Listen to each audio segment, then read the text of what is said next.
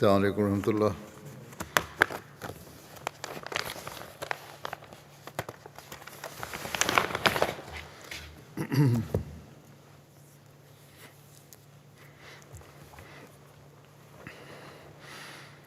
أشهد أن لا إله إلا الله وحده لا شريك له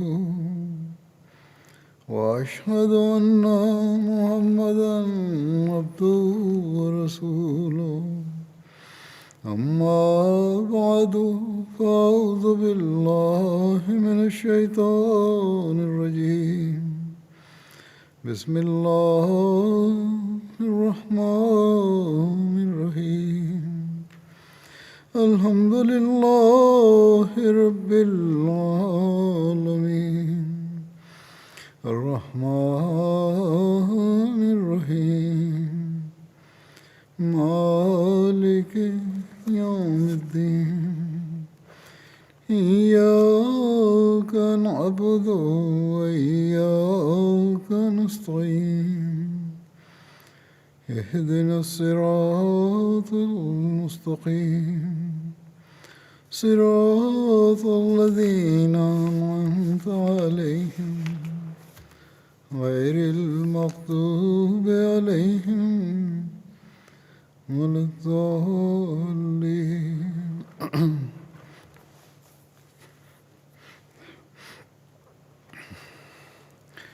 आज मैं ಇಂದು ನಾನು ದೀರ್ಘಕಾಲದಿಂದ ಜಮಾತಿನ ಸೇವೆ ಮಾಡುತ್ತಿದ್ದ ಸನ್ಮಾನ್ಯ ಚೌಧರಿ ಹಮೀದುಲ್ಲಾ ಸಾಹೇಬರ ಬಗ್ಗೆ ಪ್ರಸ್ತಾಪಿಸಲು ಬಯಸುತ್ತೇನೆ. ಅವರು ಕೆಲವು ದಿನಗಳ ಹಿಂದೆ ನಿಧನರಾದರು. ಅವರು ಪಾಕಿಸ್ತಾನದ ವಕೀಲುಲ್ ಆಲಾ ತೆಹ್ರೀಕೆ ಜದೀದ್ ಆಗಿದ್ದರು. ಅವರೊಂದು ದೀರ್ಘಕಾಲದವರೆಗೆ ಸದರ್ ಮಜ್ಲಿಸ್ ತೆಹ್ರೀಕ್ ಜದೀದ್, ಅಂಜುಮನ್ ಅಹ್ಮದಿಯಾ ಮತ್ತು ಜಲ್ಸಾ ಸಾಲನಾ ಆಫೀಸರ್ ಎಂಬ ನೆಲೆಯಲ್ಲಿ ಸೇವೆ ಸಲ್ಲಿಸಿದ್ದರು.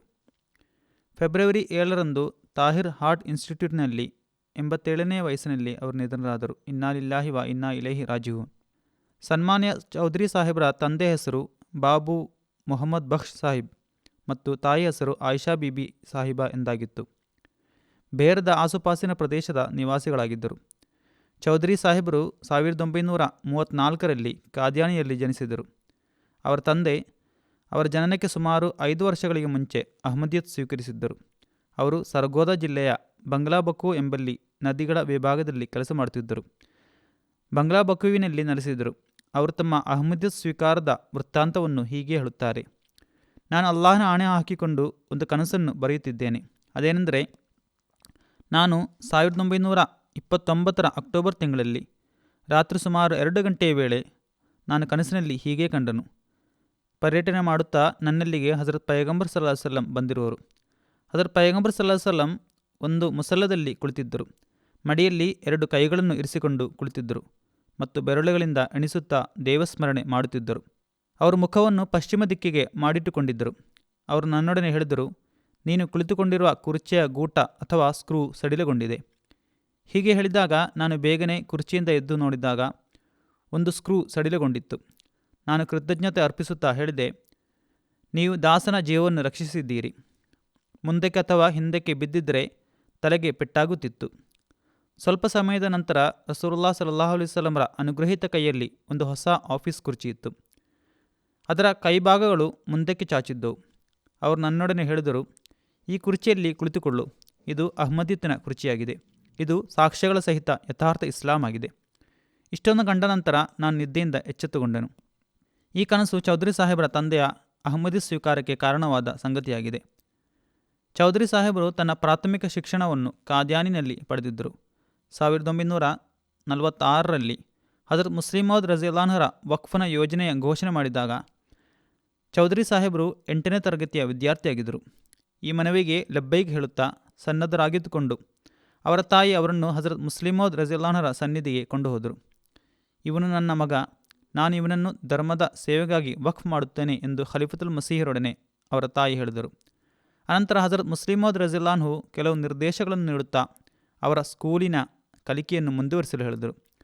1949ರಲ್ಲಿ ಅವರು 10ನೇ ತರಗತಿಯಿಂದ ತೇರ್ಗಡೆಯಾದರು. ಅನಂತರ ರಬ್ವಾದ ವಕಾಲತ್ ದಿವಾನ್ರ ನಿರ್ದೇಶನ ಪ್ರಕಾರ ಇಂಟರ್ವ್ಯೂಗಾಗಿ ರಬ್ಬೋಗೆ ಹೋದರು. ಲಿಖಿತ ಪರೀಕ್ಷೆಯ ನಂತರ ಹಜರತ್ ಖಲೀಫತುಲ್ ಮಸೀಹ್ ಸಾನಿ ರಜಿಯಲ್ಲಾಹು ಸ್ವತಃ ಅವರ ಇಂಟರ್ವ್ಯೂ ಮಾಡಿದರು. ಆ ವೇಳೆ ಅಂಜುಮನ್ ಅಹಮದಿಯಾದ ಮೀಟಿಂಗ್ ನಾಜರ್ಗಳೊಂದಿಗೆ ನಡೆಯುತ್ತಿತ್ತು. ಹಜರತ್ ಖಲೀಫತುಲ್ ಮಸೀಹ್ ಸಾನಿ ಮೀಟಿಂಗ್ನಲ್ಲಿ ಕುಳಿತಿದ್ದರು. ಆಗ ಅಲ್ಲಿದ್ದ 3 ಹುಡುಗರಾದ ಚೌಧರಿ ಹಮೀದುಲ್ಲಾ ಸಾಹಿಬ್, ಮುಸ್ಲಿಹುದ್ದೀನ್ ಸಾಹಿಬ್ ಮತ್ತು ಸಮೀವುಲ್ಲಾ ಸಾಹಿಬ್ರನ್ನು ಖಲೀಫತುಲ್ ಮಸೀಹ್ ಅಲ್ಲಿಗೆ ಕರೆದರು. ಖಲೀಫತುಲ್ ಮಸೀಹರ ನಿರ್ದೇಶನ ಪ್ರಕಾರ ಚೌಧರಿ ಸಾಹೇಬ್ರ ಶಿಕ್ಷಣ ಮುಂದುವರಿಯಿತು. ಸ್ಕೂಲು ಮತ್ತು ಯೂನಿವರ್ಸಿಟಿಯ ಶಿಕ್ಷಣ ಪಡೆದರು. ಹಜರತ್ ಖಲೀಫತುಲ್ ಮಸೀಹರ ನಿರ್ದೇಶನ ಪ್ರಕಾರ BSc ಮಾಡಿದರು. BScಯಲ್ಲಿ ರಾಜ್ಯಾದ್ಯಂತ 2ನೇ ಸ್ಥಾನವನ್ನು ಪಡೆದರು. ಅನಂತರ ಪಂಜಾಬ್ ಯೂನಿವರ್ಸಿಟಿ ಲಾಹೋರ್ನಿಂದ ಫಸ್ಟ್ ಡಿವಿಷನ್ನಲ್ಲಿ MA ಮ್ಯಾಥಮೆಟಿಕ್ಸ್ ಪಾಸಾದರು. 1955ರಲ್ಲಿ ತಾಲೀಮುಲ್ ಇಸ್ಲಾಂ ಕಾಲೇಜಿನಲ್ಲಿ ಅಧ್ಯಾಪಕರಾಗಿ ನಿಶ್ಚಯಿಸಲ್ಪಟ್ಟರು. ಗಣಿತಶಾಸ್ತ್ರ ವಿಭಾಗದ ಅಧ್ಯಕ್ಷರಾಗಿ ಸಹ ನಿಶ್ಚಯಿಸಲ್ಪಟ್ಟರು. ಅವರ ವಿವಾಹ 1960ರಲ್ಲಿ ಸರ್ಗೋದಾದ ಸನ್ಮಾನ್ಯ ಅಬ್ದುಲ್ ಜಬ್ಬಾರ್ ಖಾನ್ ಸಾಹಿಬ್ರ ಮಗಳಾದ ರಜಿಯಾ ಖಾನಂ ಸಾಹಿಬ್ರೊಂದಿಗೆ ನಡೆದಿತ್ತು. 1974ರವರೆಗೆ ರಬ್ವಾದ TI ಕಾಲೇಜಿನಲ್ಲಿ ಸೇವೆ ಸಲ್ಲಿಸುತ್ತಿದ್ದರು.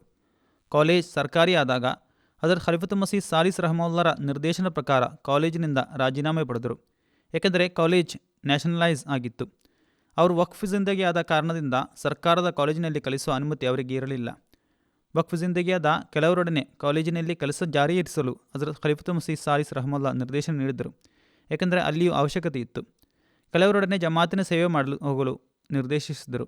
ಹೇಗಿದ್ದರೂ ಅವರು ಅಲ್ಲಿಂದ ರಾಜೀನಾಮೆ ಪಡೆದಾಗ ಹಜರತ್ ಖಲೀಫತುಲ್ ಮಸೀಹ್ ಸಾಲಿಸ್ ರಹಮುಲ್ಲಾ ಅವರನ್ನು ನಾಜಿರ್ ಜಿಯಾಫತ್ ಆಗಿ ನಿಶ್ಚಯಿಸಿದರು.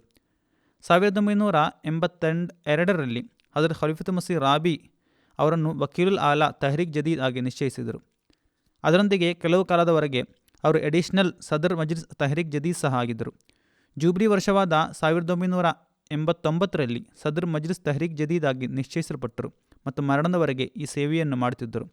ಅದಲ್ಲದೆ ಅವರು 1986ರಿಂದ ನಿಧನದ ತನಕ ಎಡಿಷನಲ್ ನಾಜಿರ್ ಆಲಾ ಸಹ ಆಗಿದ್ದರು. ಸಿಂಧ್ ಮುಂತಾದ ಸ್ಥಳಗಳ ತುರ್ತು ಪರಿಸ್ಥಿತಿಗಳಲ್ಲಿ ಅಲ್ಲಿಯ ಮೇಲ್ನೋಟಗಾರರಾಗಿದ್ದರು. ಹಜರತ್ ಖಲೀಫತುಲ್ ಮಸೀಹ್ ಸಾಲಿಸರ ಕಾಲದಲ್ಲಿ ಅವರಿಗೆ ರಬ್ವಾದಲ್ಲಿ ಅಮೀರ್ ಮಕಾಮಿಯಾಗುವ ಗೌರವ ಸಹ ಲಭಿಸಿತ್ತು. ರಬ್ವಾದ ಮಜ್ಲಿಸ್ ಖುದ್ದಾಮುಲ್ ಅಹಮದಿಯಾ ಮಕಾಮಿಯಲ್ಲಿ ಮತ್ತು ಮಜ್ಲಿಸ್ ಖುದ್ದಾಮುಲ್ ಅಹಮದಿಯಾ ಮರ್ಕಜಿಯದಲ್ಲಿ ಹಲವು ಪದಗಳಲ್ಲಿ ಸೇವೆ ಸಲ್ಲಿಸುತ್ತಿದ್ದರು. 1969ರಿಂದ 1973ರವರೆಗೆ ಮಜ್ಲಿಸ್ ಖುದ್ದಾಮುಲ್ ಅಹಮದಿಯಾ ಮರ್ಕಜಿಯಾದ ಸದರ್ ಆಗಿ ಸಹ ಸೇವೆ ಸಲ್ಲಿಸಿದರು. ಆ ಕಾಲದಲ್ಲಿ ವಿಶ್ವಾದ್ಯಂತ ಒಂದೇ ಕೇಂದ್ರ ಖುದ್ದಾಮುಲ್ ಅಹಮದಿಯಾ ಇತ್ತು. ಕೇಂದ್ರದಿಂದ ಅದರ ಕಂಟ್ರೋಲ್ ಇರುತ್ತಿತ್ತು. ಪ್ರತಿಯೊಂದು ದೇಶಕ್ಕೆ ಬೇರೆ ಬೇರೆ ಅಧ್ಯಕ್ಷರನ್ನು ನಿಶ್ಚಯಿಸಲಾಗುತ್ತಿರಲಿಲ್ಲ.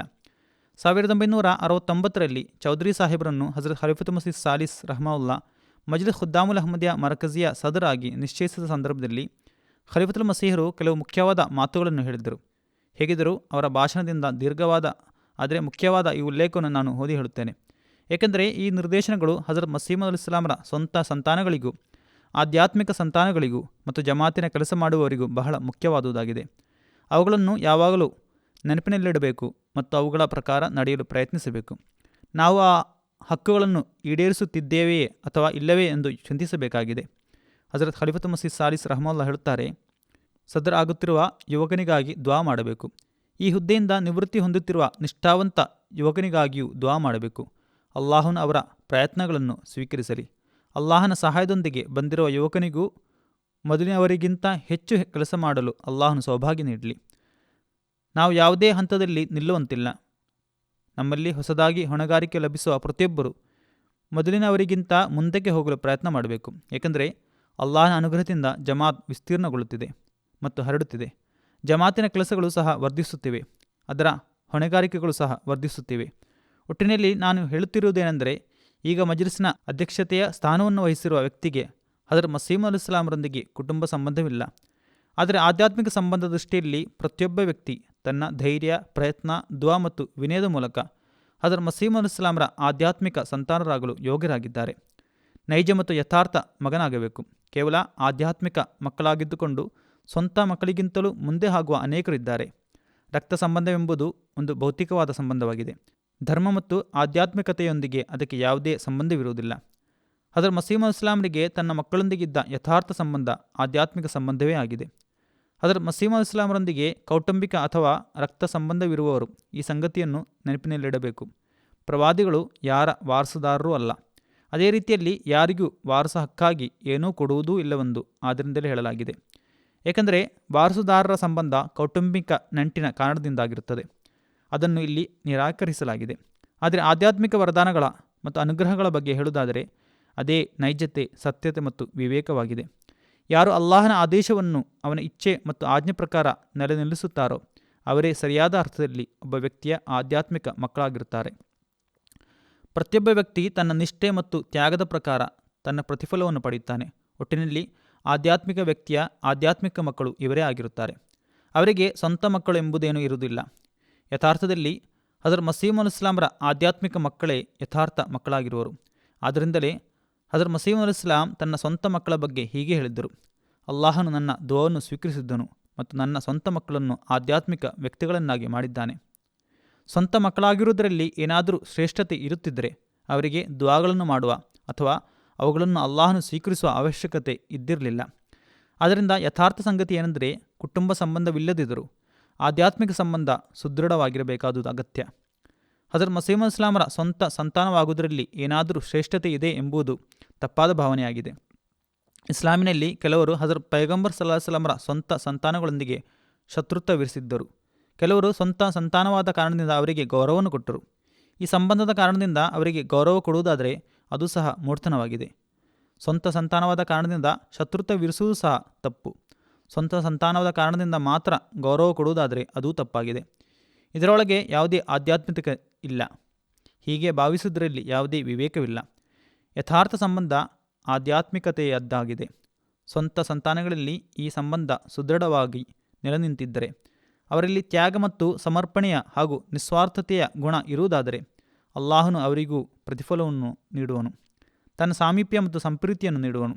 ಸ್ವಂತ ಮಕ್ಕಳಾಗಿಲ್ಲವಾದರೂ ಆಧ್ಯಾತ್ಮಿಕ ಪ್ರಭಾವವನ್ನು ಸ್ವೀಕರಿಸಿಕೊಂಡು ತನ್ನನ್ನು ಲೋಕದ ದೃಷ್ಟಿಯಲ್ಲಿ ಯಥಾರ್ಥ ಮಕ್ಕಳ ಹಾಗೆ ಮಾಡಿದವನ ಬಗ್ಗೆ ಅವನು ಸ್ವಂತ ಮಕ್ಕಳಾಗಿರದ ಕಾರಣ ಅಲ್ಲಾಹನ ದೃಷ್ಟಿಯಲ್ಲಿ ಗೌರವ ಮತ್ತು ಪದವಿಯನ್ನು ಪಡೆಯಲಾರ ಎಂದು ಹೇಳುವುದು ತಪ್ಪಾಗಿದೆ. ಆದ್ದರಿಂದ ಕುಟುಂಬ ಸಂಬಂಧವಿಲ್ಲದಿದ್ದರೂ ಆಧ್ಯಾತ್ಮಿಕ ಸಂತಾನಗಳಾಗಿ ಅವುಗಳ ಹಕ್ಕುಗಳನ್ನು ನೆರವೇರಿಸಿದರೆ ಆ ಪದವಿಯನ್ನು ಪಡೆದಂತೆ ಸರಿ. ಸರಿಯಾದ ಮತ್ತು ನೇರವಾದ ಮಾರ್ಗದಿಂದಲೇ ಒಬ್ಬ ವ್ಯಕ್ತಿ ಅಲ್ಲಾಹನ ದೃಷ್ಟಿಯಲ್ಲಿ ಗೌರವಾದರಗಳನ್ನು ಗಳಿಸುತ್ತಾನೆ. ಅವರೇ ಯಶಸ್ವಿಗಳಾಗುತ್ತಾರೆ. ಅವರು ತಮ್ಮ ಸಾಮರ್ಥ್ಯದ ಪ್ರಕಾರ ಅಲ್ಲಾಹನ ಧರ್ಮದ ಕೆಲಸಗಳನ್ನು ಮಾಡಲು ಸೌಭಾಗ್ಯ ಪಡುತ್ತಾನೆ. ಅಲ್ಲಾಹನು ನಿಯೋಜಿಸಿದ ವ್ಯಕ್ತಿಯೊಂದಿಗೆ ಕುಟುಂಬ ಸಂಬಂಧವಿದ್ದರೂ ಇಲ್ಲದಿದ್ದರೂ ಅವರ ಪ್ರಯತ್ನಗಳನ್ನು ಸ್ವೀಕರಿಸುತ್ತಾನೆ. ಕುಟುಂಬ ಸಂಬಂಧವಿರುವ ಕಾರಣ ಅವರನ್ನು ದೊಡ್ಡವರೆಂದು ಭಾವಿಸಬೇಕು ಎಂದು ಹೇಳುವವರು ಬುದ್ಧಿಹೀನವಾದ ಮಾತನ್ನು ಹೇಳುತ್ತಾರೆ ಮತ್ತು ಕುಟುಂಬ ಸಂಬಂಧವಿರುವ ಕಾರಣದಿಂದ ಒಳ್ಳೆಯರಾದರೂ ಹಾಗೂ ವಾರಸು ಹಕ್ಕಾಗಿ ಗೌರವಾದರಗಳನ್ನು ಗಳಿಸಿದ್ದರು ಎಂದು ಹೇಳುವುದು ಕೂಡ ತಪ್ಪು. ಹೀಗೆ ವಾರಸು ಹಕ್ಕಾಗಿ ಯಾರಿಗೂ ಗೌರವಾದರಗಳು ಲಭಿಸುವುದಿಲ್ಲ. ಕುಟುಂಬ ಸಂಬಂಧವಿಲ್ಲದ ಕಾರಣದಿಂದ ಗೌರವಾದರಗಳು ಲಭಿಸಲು ಸಾಧ್ಯವಿಲ್ಲವೆಂದು ಹೇಳುವುದು ಕೂಡ ತಪ್ಪು. ದೇವಭಕ್ತಿಯನ್ನು ಹೊಂದುವುದನ್ನು, ಅಲ್ಲಾಹನೊಂದಿಗೆ ವೈಯಕ್ತಿಕ ಪ್ರೀತಿ ಉಂಟು ಮಾಡುವುದನ್ನು, ಅಲ್ಲಾಹನಿಗಾಗಿ ತ್ಯಾಗ ಮತ್ತು ಅರ್ಪಣೆ ಮಾಡುವುದನ್ನು, ತನ್ನೊಳಗೆ ಒಂದು ಮರಣದ ಅವಸ್ಥೆಯನ್ನು ಉಂಟು ಮಾಡುವುದನ್ನು, ತನ್ನನ್ನು ಏನೂ ಅಲ್ಲವೆಂದು ಭಾವಿಸುವುದನ್ನು ಮತ್ತು ತನ್ನದನ್ನು ಸಂಪೂರ್ಣವಾಗಿ ತ್ಯಾಗ ಮಾಡಿದ ನಂತರ ಅಲ್ಲಾಹನಿಂದ ಒಂದು ಹೊಸ ಜೀವವನ್ನು ಪಡೆಯುವುದನ್ನು ಆಧ್ಯಾತ್ಮಿಕ ಸಂಬಂಧವೆಂದು ಹೇಳಲಾಗುತ್ತದೆ. ಇದೇ ಯಥಾರ್ಥ ಸಂಬಂಧವಾಗಿದೆ. ಇದಿಲ್ಲದೆ ಯಾವುದೇ ಸಂಬಂಧವಿಲ್ಲ. ಒಟ್ಟಿನಲ್ಲಿ ಅಲ್ಲಾಹನ ಅನುಗ್ರಹದಿಂದ ಕಳೆದ 3 ವರ್ಷಗಳಿಂದ ಖುದ್ದಾಮುಲ್ ಅಹ್ಮದಿಯ ಬಹಳ ಅಭಿವೃದ್ಧಿಯನ್ನು ಹೊಂದಿದೆ. ಆದರೆ ಪರ್ವತಗಳ ಎತ್ತರವಾದ ಶಿಖರಗಳ ಹಾಗೆ ಖುದ್ದಾಮುಲ್ ಅಹ್ಮದಿಯಾಗೆ ಯಾವುದಾದರೂ ಒಂದು ಶಿಖರವನ್ನು ನಿಶ್ಚಯಿಸಲಾಗಿಲ್ಲ. ಯಾವುದಾದರೂ ಒಂದು ಶಿಖರವನ್ನು ತಲುಪಿ ಸಾಕು, ಕೊನೆಯ ಶಿಖರವನ್ನು ತಲುಪಿದ್ದೇವೆ, ನಮ್ಮ ಕೆಲಸ ಮುಕ್ತಾಯವಾಯಿತು ಎಂದು ಭಾವಿಸುವಂತಿಲ್ಲ. ನಮ್ಮದು ಶಿಖರವಿಲ್ಲದ ಪರ್ವತಾರೋಹಣವಾಗಿದೆ. ನಮ್ಮ ಪರ್ವತದ ಮೇಲೆ ಅಲ್ಲಾಹನ ಭೂಮಿಯಿದೆ. ಮನುಷ್ಯನ ಮತ್ತು ಅಲ್ಲಾಹನ ಮಧ್ಯೆ ಇರುವ ದೂರ ಅಪರಿಮಿತವಾದುದಾಗಿದೆ. ನಾವು ಯಾವುದೇ ಹಂತದಲ್ಲಿ ಬಳಲಿ ಸುಸ್ತಾಗಿ ಕುಳಿತುಕೊಳ್ಳದಂತೆ ಪ್ರಯತ್ನಿಸಬೇಕು. ಇದರಲ್ಲೇ ನಮ್ಮ ಜೀವನ ಮತ್ತು ಜೀವವಿದೆ. ಯಾವುದಾದರೂ ಹಂತದಲ್ಲಿ ನಿಂತುಕೊಂಡು ಲಭಿಸಬೇಕಾದುದು ಲಭಿಸಿತ್ತು ಎಂದು ಭಾವಿಸಬಾರದು. ಇಲ್ಲ, ನಮಗಾಗಿ ಅಪರಿಮಿತವಾದ ಅಭಿವೃದ್ಧಿಗಳನ್ನು ಮತ್ತು ಉನ್ನತ ಸ್ಥಾನವನ್ನು ವಿಧಿಸಲಾಗಿದೆ. ನಾವು ಪ್ರಯತ್ನ ಮಾಡಿದರೆ ನಮ್ಮೊಳಗೆ ಯಥಾರ್ಥ ನಿಷ್ಠೆ, ತ್ಯಾಗ, ದೇವಪ್ರೀತಿಯನ್ನು ಅಲ್ಲಾಹನು ಕಾಣುವುದಾದರೆ ಅವನು ನಮ್ಮ ಮೇಲೆ ಅನುಗ್ರಹ ಸುರಿಸುವನು ಮತ್ತು ಸುರಿಸುತ್ತಾ ಹೋಗುವನು. ಇದರ ಕಾರಣದಿಂದ ಮನುಷ್ಯನು ಅಲ್ಲಾಹನ ಹೆಚ್ಚಿನ ಸಂಪ್ರೀತಿಯನ್ನು ಪಡೆಯುತ್ತಾನೆ. ಹೀಗೆ ತನ್ನ ಸ್ವಾರ್ಥ ಗುಣವನ್ನು ಇಲ್ಲವಾಗಿಸುತ್ತಾನೆ. ಈ ಮಾತುಗಳ ಮೂಲಕ ಹಜರತ್ ಖಲೀಫತುಲ್ ಮಸೀಹ್ ಸಾಲಿಸ್ ರಹಮಹುಲ್ಲಾ ಚೌಧರಿ ಸಾಹೇಬರನ್ನು ಉಪದೇಶಿಸಿದರು.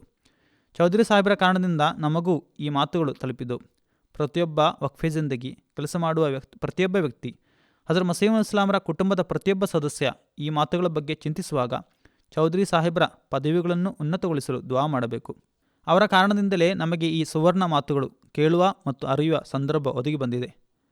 1970ರಲ್ಲಿ ಖುದ್ದಾಮುಲ್ ಅಹ್ಮದಿಯ ಮರ್ಕಜಿಯಾದ ಇಜ್ತಿಮಾದಲ್ಲಿ ಭಾಷಣ ಮಾಡುತ್ತಾ ಹಜರತ್ ಖಲೀಫತುಲ್ ಮಸೀಹ್ ಸಾಲಿಸ್ ರಹಮಹುಲ್ಲಾ ಚೌಧರಿ ಸಾಹೇಬರ ಬಗ್ಗೆ ಹೀಗೆ ಹೇಳಿದರು: ಹಜರತ್ ಮಸೀಹ್ ಅಲೈಹಿಸ್ಸಲಾಮರೊಂದಿಗೆ ಕುಟುಂಬ ಸಂಬಂಧವಿಲ್ಲದ ಆದರೆ ಸುದೃಢವಾದ ಆಧ್ಯಾತ್ಮಿಕ ಸಂಬಂಧವಿರುವ ಒಬ್ಬ ನಿಷ್ಠಾವಂತ ಯುವಕನಿಗೆ ನಾನು ಖುದ್ದಾಮುಲ್ ಅಹ್ಮದಿಯದ ಅಧ್ಯಕ್ಷತೆಯನ್ನು ವಹಿಸಿಕೊಟ್ಟಿದ್ದೇನೆ. ಅಲ್ಲಾಹನು ಅವರಿಗೆ ಕೆಲಸ ಮಾಡುವ ಸೌಭಾಗ್ಯ ನೀಡಿದ್ದಾನೆ, ಅವರ ಪ್ರಯತ್ನಗಳನ್ನು ಅನುಗ್ರಹಿಸಿದ್ದಾನೆ ಮತ್ತು ನಮ್ಮ ಪ್ರಾರ್ಥನೆಗಳನ್ನು ಸ್ವೀಕರಿಸಿದ್ದಾನೆ. ಚೌಧರಿ ಸಾಹೇಬರು ತಮ್ಮ ಟರ್ಮ್ ಪೂರ್ತಿ ಮಾಡಿಕೊಂಡು ಖುದ್ದಾಮುಲ್ ಅಹ್ಮದಿಯಾದ ಅಧ್ಯಕ್ಷ ಸ್ಥಾನದಿಂದ ವಿರಮಿಸಿದಾಗ ಅವರಿಗಾಗಿ ಏರ್ಪಡಿಸಲಾದ ಬೀಳ್ಕೊಡುಗೆ ಸಮಾರಂಭದಲ್ಲಿ ಕೃತಜ್ಞತೆ ಅರ್ಪಿಸಿದ ಪತ್ರದಲ್ಲಿ ಹೀಗೆ ಬರೆಯಲಾಗಿತ್ತು. ಖಂಡಿತವಾಗಿಯೂ ಅದರಲ್ಲಿ ಯಾವುದೇ ಅತಿಶಯೋಕ್ತಿಯೂ ಇಲ್ಲ. ಅದು ಹೀಗಿದೆ: ಇಂದಿನ ವಿಶೇಷ ಸಮಾರಂಭವನ್ನು ಚೌಧರಿ ಸಾಹೇಬರಿಗೆ ನಿಶ್ಚಯಿಸಲಾಗಿದೆ. ಚೌಧರಿ ಹಮೀದುಲ್ಲಾ ಸಾಹೇಬ್ರ 4 ವರ್ಷಗಳ ಅಧ್ಯಕ್ಷತೆ ಖುದ್ದಾಮುಲ್ ಅಹ್ಮದಿಯಾದ ಚರಿತ್ರೆಯಲ್ಲಿ ಒಂದು ಹೊಸ ಸುವರ್ಣ ಅಧ್ಯಾಯದ ವರ್ಧನೆಯಾಗಿದೆ. ಈ ಕಾಲದಲ್ಲಿ ಜಾಗತಿಕ ಖುದ್ದಾಮುಲ್ ಅಹ್ಮದಿಯ ತನ್ನ ಪ್ರತಿಯೊಂದು ವಿಭಾಗದಲ್ಲಿ ಹಜರತ್ ಖಲೀಫತುಲ್ ಮಸೀಹರ ವಿಶೇಷವಾದ ಮಾರ್ಗದರ್ಶನ ಮೂಲಕ ಬಹಳ ಶ್ರೇಷ್ಠ ಕೆಲಸವನ್ನು ಮಾಡಿದೆ. ಚೌಧರಿ ಸಾಹೇಬರು ಅತ್ಯಂತ ವಿನಯವಂತಿಕೆಯಿಂದ, ನಿಸ್ವಾರ್ಥರಾಗಿದ್ದುಕೊಂಡು ಮತ್ತು ಸತತ ಪ್ರಯತ್ನದಿಂದ ಯುವ ಪೀಳಿಗೆಯೊಳಗೆ ಅನುಸರಣೆ, ನಿಷ್ಠೆ ಮತ್ತು ಖಿಲಾಫತಿನೊಂದಿಗೆ ಸಂಬಂಧದಂತಹ ಸುಂದರ ಗುಣಗಳನ್ನು ವರ್ಧಿಸಿದ್ದಾರೆ. ಅವು ಯುವಕರ ಭವಿಷ್ಯಕ್ಕೆ ಮೈಲುಗಳಾಗುವುದು ಇನ್ಶಾ ಅಲ್ಲಾ. ಹಜರತ್ ಅಮೀರುಲ್ ಮೊಮಿನೀನ್ ಖಲೀಫತುಲ್ ಮಸೀಹ್ ಸಾಲಿಸ್ ರಹಮಹುಲ್ಲಾರ ಅಭಿಲಾಷ ಪ್ರಕಾರ ಚೌಧರಿ ಸಾಹೇಬರ ಅಧ್ಯಕ್ಷತೆಯಲ್ಲಿ ಖುದ್ದಾಮುಲ್ ಅಹ್ಮದಿಯ ಪ್ರತಿಯೊಂದು ವಿಭಾಗದಲ್ಲಿ ಮಹತ್ತಾದ ಪ್ರಗತಿಯನ್ನು ಪಡೆದಿದೆ. ಅವರ ಅಧ್ಯಕ್ಷತೆಯ ಕಾಲದಲ್ಲಿ ಹಜರತ್ ಮುಸ್ಲಿಮರ ಸುವರ್ಣ ಉಪದೇಶಗಳನ್ನು ಗ್ರಂಥರೂಪದಲ್ಲಿ ಮಶಲೆ ರಾಹ್ ಎಂಬ ಹೆಸರಲ್ಲಿ ಪ್ರಕಟಿಸಲಾಗಿತ್ತು. ಅತ್ಫಾಲುಲ್ ಅಹ್ಮದಿಯಾಗೆ ಯಾದ್ ರಖನೆ ಕಿ ಬಾತೆ ಎಂಬ ಹೆಸರಲ್ಲಿ ಕಿರುಹೊತ್ತಗೆಯನ್ನು ಪ್ರಕಟಿಸಲಾಯಿತು. ಅವರು ಕೇಂದ್ರ ಮಜ್ಲಿಸ್ನ ಸಾಮಾನ್ಯ ಮತ್ತು ವಿಶಿಷ್ಟ ಆರ್ಥಿಕ ವ್ಯವಸ್ಥೆಯನ್ನು ಸುದೃಢಗೊಳಿಸಿದರು. ಅದರ ಖಲೀಫತುಲ್ ಮಸೀಹರ ಪ್ರತಿಯೊಂದು ಆದೇಶವನ್ನು ಮನಸ್ಸಾರೆ ಅನುಸರಿಸಬೇಕೆಂಬ ಮತ್ತು ಖಲೀಫತುಲ್ ಮಸೀಹರ ಉಪದೇಶಗಳನ್ನು ಪದಾನುಪದ ಸಾಧ್ಯವಾದ ಎಲ್ಲ ಮಾರ್ಗಗಳ ಮೂಲಕ ಕಾರ್ಯಗತಗೊಳಿಸಬೇಕೆಂಬ ಸಂಗತಿಯನ್ನು ಸದಾ ಪ್ರೀತಿ ಮತ್ತು ತ್ಯಾಗ ಮನೋಭಾವದೊಂದಿಗೆ ಕಟ್ಟುನಿಟ್ಟಾಗಿ ಅವರು ಪಾಲಿಸುತ್ತಿದ್ದರು. ಅಧ್ಯಕ್ಷತೆಯ ಮಹತ್ತಾದ ಹೊಣೆಗಾರಿಕೆಗೆ ಮುಂಚಿತವಾಗಿ ಅವರಿಗೆ ವಿವಿಧ ಸಮಯಗಳಲ್ಲಿ ಕೇಂದ್ರ ಮಜ್ಲಿಸ್ ಆಮೀರದ ಸದಸ್ಯರೆಂಬ ನೆಲೆಯಲ್ಲಿ ಸೇವೆ ಸಲ್ಲಿಸಲು ಸೌಭಾಗ್ಯ ಲಭಿಸಿತ್ತು. ಈ ಬೀಳ್ಕೊಡುಗೆ ಸಮಾರಂಭದಲ್ಲಿ ಹಜರತ್ ಖಲೀಫತುಲ್ ಮಸೀಹ್ ಸಾಲಿಸ್ ರಹಮಹುಲ್ಲಾ ಸಹ ಇದ್ದರು. ಅವರು ಅಲ್ಲಿ ಮಾಡಿದ್ದ ಸಂಕ್ಷಿಪ್ತ ಭಾಷಣದ ಸಂಕ್ಷೇಪ ರೂಪ ನಾನಿಲ್ಲಿ ಓದಿ ಹೇಳುತ್ತೇನೆ. ಹಜರತ್ ಖಲೀಫತುಲ್ ಮಸೀಹ್ ಸಾಲಿಸ್ ರಹಮಹುಲ್ಲಾ ಹೇಳುತ್ತಾರೆ: ಅಲ್ಲಾಹನು ಉತ್ತಮ ಪ್ರತಿಫಲ ನೀಡಲಿ ಎಂದು ಹೋಗುವವರ ಬಗ್ಗೆ ದುವಾ ಮಾಡುತ್ತೇನೆ. ಅಲ್ಲಾಹನು ಉತ್ತಮ ಮತ್ತು ಸ್ವೀಕಾರವಾಗುವಂತಹ ಸೇವೆ ಮಾಡುವ ಸೌಭಾಗ್ಯ ನೀಡಲಿ ಎಂದು ಬರುವವರ ಕುರಿತು ದುವಾ ಮಾಡುತ್ತೇನೆ. ಮಜ್ಲಿಸ್ ಖುದ್ದಾಮುಲ್ ಅಹ್ಮದಿಯ ವಿವಿಧ ಹಂತಗಳನ್ನು ದಾಟುತ್ತಾ ಇಂದು ಲೋಕವು ನೋಡುತ್ತಿರುವ ಈ ಮಟ್ಟವನ್ನು ತಲುಪಿದೆ. ಇದರ ಆರಂಭ ಸ್ಥಿತಿ ಒಂದು ಸಣ್ಣ ಬೀಜದ ಹಾಗೆಯಾಗಿತ್ತು. ಈ ಬೀಜ ಈಗ ಆರೋಗ್ಯವಂತ, ಚಿರಯೌವನ ಮತ್ತು ಸುಂದರವಾದ ಮರದ ರೂಪವನ್ನು ಪಡೆದಿದೆ. ಪ್ರತಿಯೊಬ್ಬ ಅಧ್ಯಕ್ಷರು ತನ್ನ ಅಧ್ಯಕ್ಷತೆಯಲ್ಲಿ 2 ಕೆಲಸಗಳನ್ನು ಮಾಡಿದ್ದಾರೆ. ಕೆಲವರು ಬಹಳ ಉತ್ತಮ ರೀತಿಯಲ್ಲಿ, ಕೆಲವರು ಮಧ್ಯಮ ಮಟ್ಟದಲ್ಲಿ ಮತ್ತು ಕೆಲವರು ತಮ್ಮ ಸಮಯವನ್ನು ಹಾಗೆಯೇ ಕಳೆದರು. ಅವುಗಳಲ್ಲಿ ಒಂದು ಏನೆಂದರೆ ನಡೆದು ಬಂದಿದ್ದ ಪರಂಪರೆಯನ್ನು ನೆಲೆನಿಲ್ಲಿಸಲು ಪ್ರಯತ್ನಿಸಿದರು. ಮತ್ತೊಂದು ಉಂಟಾಗುತ್ತಿರುವ ಹೊಸ ಹೊಸ ಅವಶ್ಯಕತೆಗಳನ್ನು ಈಡೇರಿಸಲು ಪ್ರಯತ್ನಿಸಿದರು. ಜೀವಂತ ಅಸ್ತಿತ್ವಕ್ಕೆ ಈ 2 ಕೆಲಸಗಳು ಮಾಡಬೇಕಾಗುತ್ತದೆ. ಮಜ್ಲಿಸ್ ಖುದ್ದಾಮುಲ್ ಅಹ್ಮದಿಯಾದ ಜೀವನ ಕಿಯಾಮತ್ ತನಕ ಇರುವಂಥದ್ದಾಗಿದೆ. ಏಕೆಂದರೆ ಕಿಯಾಮತ್ ತನಕ ಹೊಣೆಗಾರಿಕೆಗಳು ಇರುವುದು ಎಂದು ಹಜರತ್ ಪೈಗಂಬರ್ ಸಲ್ಲಲ್ಲಾಹು ಅಲೈಹಿ ವಸಲ್ಲಂ ಯಾವ ಮಹದಿಯ ಜಮಾತಿನ ಬಗ್ಗೆ ಸುವಾರ್ತೆ ನೀಡಲಾಗಿದೆಯೋ ಆ ಜಮಾತಿನೊಂದಿಗೆ ಖುದ್ದಾಮುಲ್ ಅಹ್ಮದಿಯ ಎಂಬ ಶಾಖಾ ಸಂಘಟನೆಗೆ ಸಂಬಂಧವಿದೆ. ಇಸ್ಲಾಮಿನೊಂದಿಗೆ ಮತ್ತು ಮೊಹಮ್ಮದಿ ಸಮುದಾಯದೊಂದಿಗೆ ಸಂಬಂಧ ಇರುವ ಮೂಲ ಮತ್ತು ವಿಸ್ತಾರವಾದ ಹೊಣೆಗಾರಿಕೆಗಳು ಕಿಯಾಮತ್ ತನಕ ಇರುವವು. ಅಹ್ಮದಿ ಜಮಾತಿನ ಜೀವನ ಕಿಯಾಮತ್ ತನಕ ಇರುವ ಕಾರಣದಿಂದ ಅಹ್ಮದಿ ಜಮಾತಿನ ಶಾಖಾ ಸಂಘಟನೆಗಳ ಜೀವನ ಸಹ ಕಿಯಾಮತ್ ತನಕ ಇರುವುದು. ಪ್ರತಿಯೊಂದು ಕಾಲಘಟ್ಟದಲ್ಲೂ ಮೊದಲಿನ ಸೌಂದರ್ಯವನ್ನು ಸಂರಕ್ಷಿಸುವ ಮತ್ತು ಅದನ್ನು ವರ್ಧಿಸುವ ಕರ್ತವ್ಯ ಅದರ ಮುಖ್ಯ ಮತ್ತು ಉಪ ಸಂಘಟನೆಗಳ ಅಧ್ಯಕ್ಷತೆಯನ್ನು ವಹಿಸುವವರದ್ದಾಗಿರುತ್ತದೆ. ನಾವೆಲ್ಲೂ ನಿಲ್ಲುವಂತಿಲ್ಲ, ಏಕೆಂದರೆ ನಿಲ್ಲುವುದು ಮರಣಕ್ಕೆ ಸಮ. ಇದು ಜೀವನದ ಮೂಲಭೂತ ತತ್ವವಾಗಿದೆ. ಆದ್ದರಿಂದ ಈ ಸಂಗತಿಯನ್ನು ನಮ್ಮ ಪ್ರತಿ ಹಂತದ ಮತ್ತು ಪ್ರತಿಯೊಂದು ಸಂಘಟನೆಯ ಹಾಗೂ ಜಮಾತಿನ ವ್ಯವಸ್ಥೆಯ ಪ್ರತಿಯೊಬ್ಬ ಹುದ್ದೆದಾರ ಸದಾ ನೆನಪಿನಲ್ಲಿಡಬೇಕು. ಹೊಸದಾಗಿ ಬರುವ ಅಧ್ಯಕ್ಷನ ಮೇಲೆ ಮೊದಲಿನಿಗಿಂತ ಹೆಚ್ಚಿನ ಜವಾಬ್ದಾರಿಗಳಿರುತ್ತವೆ. ಏಕೆಂದರೆ ಅವರಿಗಿಂತ ಮುಂಚಿನ ಸದರಿ ಹಿಂದಿನ 2 ವರ್ಷಗಳ ಸ್ಥಿತಿಯನ್ನು ನೆಲೆನಿಲ್ಲಿಸುತ್ತಾ ಮುಂದಕ್ಕೆ ಸಾಗಬೇಕಾಗುತ್ತದೆ. ಹಿಂದಿನ ಸದರು ಮಾಡಿದ್ದ ಕೆಲಸಗಳನ್ನು ಮುಂದಕ್ಕೆ ಕೊಂಡು ಹೋಗಬೇಕಾಗುತ್ತದೆ. ಕೆಲಸಗಳು ಅಧಿಕವಾಗುತ್ತದೆ. ಹೊಸ ನಿರ್ದೇಶನಗಳು ಖಿಲಾಫತಿನಿಂದ ಜಾರಿಯಾಗುತ್ತವೆ. ಹೊಸ ಸ್ಥಿತಿಗತಿಗಳ ಪ್ರಕಾರ ಹೊಸ ಜವಾಬ್ದಾರಿಗಳನ್ನು ನೀಡಲಾಗುತ್ತವೆ. ಹಿಂದಿನ ಪರಂಪರೆಯನ್ನು ನೆಲೆನಿಲ್ಲಿಸಲು ಬೇಕಾಗುತ್ತದೆ. ಹೊಸ ಅವಶ್ಯಕತೆಗಳನ್ನು ಪೂರೈಸಲು, ಹೊಸ ಸಮಸ್ಯೆಗಳನ್ನು ಅರಿಯಲು ಹೊಸ ಪ್ರಯತ್ನ ಮತ್ತು ಹೊಸ ದೃಢ ನಿರ್ಧಾರ ಕೈಗೊಳ್ಳಬೇಕಾಗುತ್ತದೆ. ಸಹೋದರನಾದ ಹಮೀದುಲ್ಲಾ ಸಾಹೇಬರು ಯಾವ ರೀತಿಯಲ್ಲಿ ತಮ್ಮ ಜವಾಬ್ದಾರಿಗಳನ್ನು ಈಡೇರಿಸಿದ್ದರೋ ಅವುಗಳಿಗಾಗಿ ಅವರಿಗೆ ಅಲ್ಲಾಹನು ಉತ್ತಮ ಪ್ರತಿಫಲ ನೀಡಲಿ. ಇತರ ವಿಭಾಗಗಳಿಂದ ಅವರ ಹೆಗಲ ಮೇಲೆ ಬರುವಂಥ ಹೆಚ್ಚಿನ ಹೊಣೆಗಾರಿಕೆಗಳನ್ನು ಕೊನೆಯ ತನಕ ಉತ್ತಮ ರೀತಿಯಲ್ಲಿ ಈಡೇರಿಸುತ್ತಿರಲು ಅಲ್ಲಾಹನು ಅವರಿಗೆ ಸೌಭಾಗ್ಯ ನೀಡಲಿ. 1974 ವಿಷಮ ಪರಿಸ್ಥಿತಿಗಳಲ್ಲಿ ಸಹ ಚೌಧರಿ ಸಾಹೇಬರು ಹಜರತ್ ಖಲೀಫತು ಮಸೀಹರ ನಿರ್ದೇಶನ ಪ್ರಕಾರ ಮುಖ್ಯವಾದ ಸೇವೆಗಳನ್ನು ಸಲ್ಲಿಸಿದರು. ಹಜರತ್ ಖಲೀಫತು ಮಸೀಹ್ ರಾಬಿ ರಹಮುಲ್ಲಾ ಲಂಡನ್ನಿಗೆ ವಲಸೆ ಹೋದಾಗ ಅವರ ನಿರ್ದೇಶನ ಪ್ರಕಾರ ಅವರು ಲಂಡನ್ನಿಗೆ ಆಗಮಿಸಿದರು. 1 ವರ್ಷಕ್ಕಿಂತ ಹೆಚ್ಚಿನ ಕಾಲ ಅವರು ಲಂಡನ್ನಿನಲ್ಲಿದ್ದರು. ಲಂಡನ್ನಿನಲ್ಲೂ ಜಮಾತಿನ ಕೇಂದ್ರ ವ್ಯವಸ್ಥೆಯನ್ನು ಸ್ಥಾಪಿಸುವುದರಲ್ಲೂ ಮತ್ತು ಅದನ್ನು ಸುವ್ಯವಸ್ಥೆಗೊಳಿಸುವುದರಲ್ಲೂ ಮುಖ್ಯವಾದ ಪಾತ್ರವನ್ನು ಅವರು ವಹಿಸಿದ್ದರು. 1982ರಿಂದ 1999 ತನಕ ಸದರ್ ಮಜ್ಲಿಸ್ ಅನ್ಸಾರುಲ್ಲಾ ಆಗಿ ಸೇವೆ ಸಲ್ಲಿಸುವ ಸೌಭಾಗ್ಯವನ್ನು ಪಡೆದಿದ್ದರು. ಆ ಕಾಲದಲ್ಲಿ ಇಷ್ಟು ವರ್ಷಗಳ ಟರ್ಮ್ ಎಂಬ ಷರತ್ತು ಇರಲಿಲ್ಲ. ಇವರು ಸುಮಾರು 17 ವರ್ಷಗಳ ಕಾಲ ಸದರ್ ಅನ್ಸಾರುಲ್ಲಾ ಆಗಿದ್ದರು. ಚೌಧರಿ ಸಾಹೇಬರು ಅನ್ಸಾರುಲ್ಲಾದ ಸದರ್ ಆಗಿದ್ದಾಗ ಅನ್ಸಾರುಲ್ಲಾದ ಬಗ್ಗೆ ಖಲೀಫತುಲ್ ಮಸೀಹ್ ಸಾನಿಯ ನಿರ್ದೇಶನಗಳನ್ನು ಒಳಗೊಂಡ ಗ್ರಂಥವಾದ ಸಬೀಲುರ್ ರಶಾದ್ನ ಮೊದಲ ಭಾಗವನ್ನು ಸಂಕಲಿಸಿ ಪ್ರಕಟಿಸಲಾಯಿತು. ಗೆಸ್ಟ್ ಹೌಸ್ನ ನಿರ್ಮಾಣ ಮತ್ತು ವಿಸ್ತೀರ್ಣದ ಮುಖ್ಯವಾದ ಕೆಲಸ ನಡೆಯಿತು. 1989ರ ಅಹಮದಿಯಾ ಜಮಾತಿನ ಶತವಾರ್ಷಿಕ ಜೂಬಿಲಿ ಯೋಜನೆ ಸಮಿತಿಯ ಸದರಂಬ ನೆಲೆಯಲ್ಲೂ ಸೇವೆ ಸಲ್ಲಿಸಿದರು. ಅದಕ್ಕಿಂತ ಮುಂಚೆ ಶತವಾರ್ಷಿಕ ಜೂಬಿಲಿ ಯೋಜನೆ ಸಮಿತಿಯ ಸೆಕ್ರೆಟರಿಯಾಗಿ ಸೇವೆ ಸಲ್ಲಿಸುವ ಸೌಭಾಗ್ಯವನ್ನು ಪಡೆದಿದ್ದರು.